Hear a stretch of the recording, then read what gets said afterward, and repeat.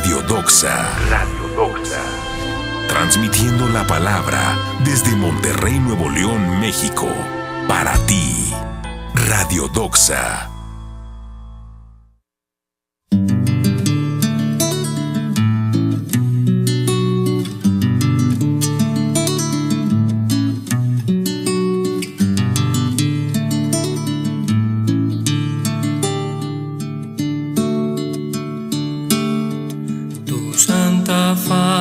Es mi patria, mi hogar, mi reino de amor, es mi descanso y dulzura. Buenas tardes, hermanos, pues nuevamente estamos con ustedes. Vamos a platicar un rato sobre el Sagrado Corazón de Jesús, ya que todo el mes de junio está dedicado a esta festividad del Sagrado Corazón de Jesús, así como el mes de mayo está dedicado a María Santísima. En este mes lo dedicamos al Sagrado Corazón de Jesús. El corazón en sentido bíblico, para los judíos utilizan una palabra, Lev, L-E-V. Y con esta palabra identifican a todo el ser del hombre y abarca nuestras tres facultades principales, pensamiento, voluntad y memoria. No está en ninguna parte en particular, es lo que nosotros pensamos, hacemos, recordamos, sentimos. Cuando hacemos referencia al Sagrado Corazón de Jesús, hay que referenciarla siempre a la Biblia. Son sus propios sentimientos, cómo piensa Jesús, cómo actúa Jesús, qué hace, dónde está, la compasión de Jesús. Se preguntarán ustedes y yo les respondería. No está en ninguna parte y está en todas. Hay que leer y meditar todo el Evangelio de Lucas para descubrir lo que es el corazón de Jesús, para descubrir su misericordia. Veamos la palabra de Dios en Lucas 7, del 11 al 15, y veamos lo que nos dice la palabra del Señor.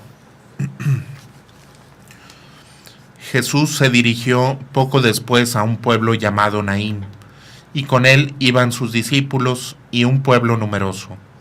Pues bien, cuando llegó cerca de la puerta de la ciudad, llevaban a enterrar a un hijo único cuya madre era viuda.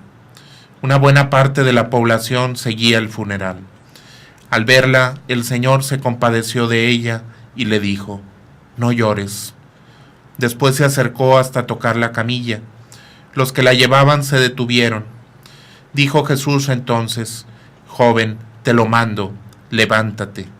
Y el muerto se sentó y se puso a hablar, y Jesús se lo devolvió a su madre. Palabra de Dios. Te alabamos, Señor. En esta cita, y en particular en el versículo 13, hay una palabra que nos dice que el Señor se compadeció. Esta palabra en griego significa que a Jesús se le estrujan, se le revuelven las entrañas. Los verdaderos sentimientos siempre van a tener una repercusión personal. Si no hay esa repercusión personal, son simples palabras. Este es uno de los sentimientos más fuertes de Jesús. No podemos hablar de compasión si no nos lleva a la acción. Compasión. Ejemplo, en una tarde de invierno en la que hace mucho frío, vemos a un pobre indigente y nos compadecemos, entre comillas, del pobre. Ha de tener mucho frío. Pero no hacemos nada, no lo abrigamos, solo nos quedamos en las puras palabras. No llegamos a la acción de darle un abrigo, o en el caso de un hambriento, no le damos de comer. Nada más nos lamentamos de su situación. Esto, hermanos, no es compasión. La compasión debe llevarnos a que se nos revuelvan las entrañas por aquel hermano necesitado. La compasión de Jesús lo lleva a perdonar. No solamente se hace uno con la persona, sino que llega al perdón. No puede ver a ninguno de sus hermanos sufrir, no tiene corazón, que late solamente, tiene lev, tiene pensamiento, tiene voluntad, tiene memoria. Resucita al hijo de la viuda de Naín, se compadece hasta lo último y más allá por la viuda. La justicia de los hombres es equitativa y distributiva, pero la justicia de Dios es Jesucristo, su Hijo, que se compadece hasta la totalidad. Hasta María en la cruz por salvarnos. El otro elemento de la compasión de Jesús es el perdón, y lo encontramos en Lucas 23:34.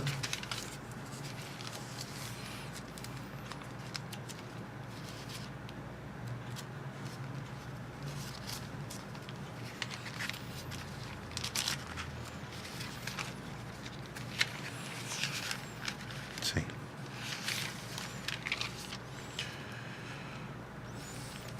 Mientras tanto, Jesús decía: Padre, perdónalos, porque no saben lo que hacen.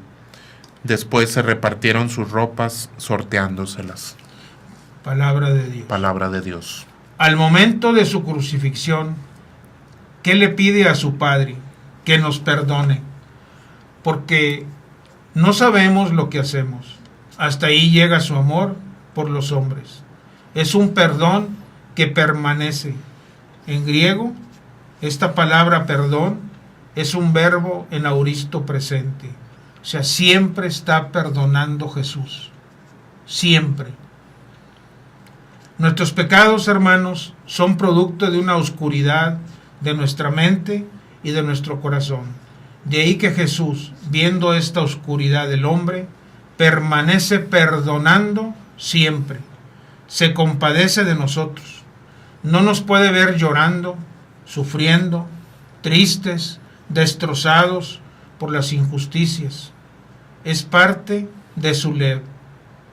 Y en la medida que nosotros nos acercamos al corazón de Jesús, también podremos empezar a sentir compasión por los demás. Para que la compasión se dé en nosotros, necesitamos vivir el amor de Dios en nosotros, porque el amor es el factor principal para que el perdón se dé. Aparte del perdón, Dios en su infinita bondad nos llena de ternura. En cambio, el hombre es hosco. No hay en él sensación de cercanía expresada a través de caricias, contactos físicos. Y esto lo podemos ver muy claro en las relaciones de esposos, padres a hijos y viceversa, entre amigos. Si nosotros supiéramos que de esto depende nuestra felicidad, claro que lo haríamos. Día a día. Esto nos lleva a descubrir y compartir nuestro ser interior, nuestro lev, pensamiento, voluntad y memoria. Hay veces que pensamos abrazar o besar a nuestra pareja, a nuestros hijos, pero nos detenemos por el qué dirán. No compartimos nuestros sentimientos para con los demás. Veamos qué nos dice la palabra de Dios en Mateo 19, 13 al 15. Entonces trajeron a Jesús algunos niños para que les impusiera las manos y rezara por ellos. Pero los discípulos reprendieron a esa gente. Jesús dijo: Dejen a esos niños y no les impidan que vengan a mí, porque el reino de los cielos es de los que se asemejan a los niños. Enseguida les impuso las manos y siguió su camino. Palabra de Dios. En esta cita vemos cómo Dios nos da el ejemplo de cariño, de ternura hacia los más débiles, hacia los niños. Y muchas veces nosotros con nuestros hijos, cuando nos quieren expresar un afecto, los retiramos, en lugar de abrazarlos, de besarlos, de darles toda ternura. En Marcos 10:16, la palabra del Señor nos dice: Jesús los abrazaba y luego ponía sus manos sobre ellos para bendecirlos. Palabra de Dios. Te alabamos, Señor. A veces no sabemos transmitir nuestros sentimientos, aun y cuando es parte de nuestro leer. Jesús también es solícito con la persona. En cambio, nosotros solo buscamos dar el mínimo para ser buen esposo o buena esposa, mínimo para ser buen padre o madre, mínimo para ser buen hijo o hija, mínimo para ser buen amigo o amiga, mínimo para ser buen hermano o hermana, mínimo para ser buen compañero de trabajo, y en la vida espiritual ni se diga. Andamos buscando la iglesia en donde el sacerdote dice la misa más cortita, y ahí es donde vamos. Compromiso para algún apostolado. ¿Para qué? Yo no tengo tiempo para estarlo perdiendo en eso. En cambio, Jesús se extralimita. Veamos lo que nos dice Mateo 8:5. Jesús entró en Cafarnaúm. Se le presentó un capitán que le suplicaba, diciendo: Señor, mi muchacho está en cama, totalmente paralizado, y sufre terriblemente. Jesús le dijo: yo iré a sanarlo. Contestó el capitán: Señor, no soy digno de que entres bajo mi techo. Di una palabra solamente y mi sirviente sanará. Yo mismo, aunque soy un subalterno, tengo autoridad sobre mis soldados. Le digo a uno: marcha, y marcha, y a otro: ven, y viene. Y a mi sirviente: haz esto, y lo hace. Jesús se maravilló al oírlo y dijo a los que le seguían: en verdad no he encontrado fe tan grande en el pueblo de Israel. Y les aseguro que vendrán muchos de oriente y de occidente y se sentarán a la mesa con Abraham, Isaac y Jacob en el reino de los cielos. En cambio, los que debían entrar al reino serán echados fuera a las tinieblas, donde hay llanto y desesperación. Enseguida dijo Jesús al capitán: puedes irte y que te suceda como creíste. Y en aquella hora el muchacho quedó sano. Palabra de Dios. Te alabamos, Señor. Vemos en esta cita que Jesús se entera de una necesidad. Y antes de que le digan, Él dice: yo iré a sanarlo. Jesús es solícito. Dios es expansión, es generosidad. Por eso Dios le muestra a Margarita María Alacoque su corazón y le dice: este es el corazón que tanto ama a los hombres y que injustamente es olvidado y arrumbado. Otro elemento más de Jesús es la tristeza por la inconversión. Es un Dios que sufre, que llora, que siente el rechazo por los que ama. Veamos lo que nos dice Lucas 19, 41 al 44. Sí. Cuando estuvo cerca, al ver la ciudad, lloró por ella y dijo: ojalá en este día tú también entendieras los caminos de la paz. Pero no estás ahora en condiciones para verlo. Vendrán días para ti en que tus enemigos te cercarán de trincheras, te atacarán, te estrecharán por todos lados, te aplastarán contra el suelo, a ti y a tus hijos que viven dentro de tus muros, y no dejarán en ti piedra sobre piedra, porque no has reconocido el tiempo ni la visita de tu Dios. Palabra de Dios. Te alabamos, Señor. En esta cita a Jesús le da tristeza la falta de conversión del ser humano, la dureza de nuestro corazón. La Sagrada Escritura nos revela a un Dios que padece, que sufre.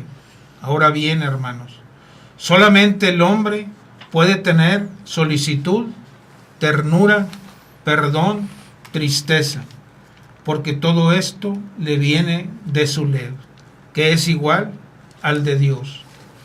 Pero lo hemos olvidado, no lo sacamos de nuestro interior y por ello no lo compartimos con los demás.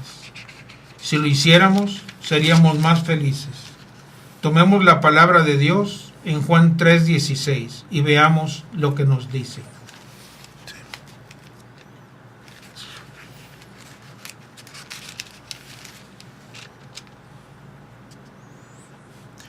Tanto amó Dios al mundo que entregó a su Hijo único, para que todo el que crea en Él no se pierda, sino que tenga vida eterna.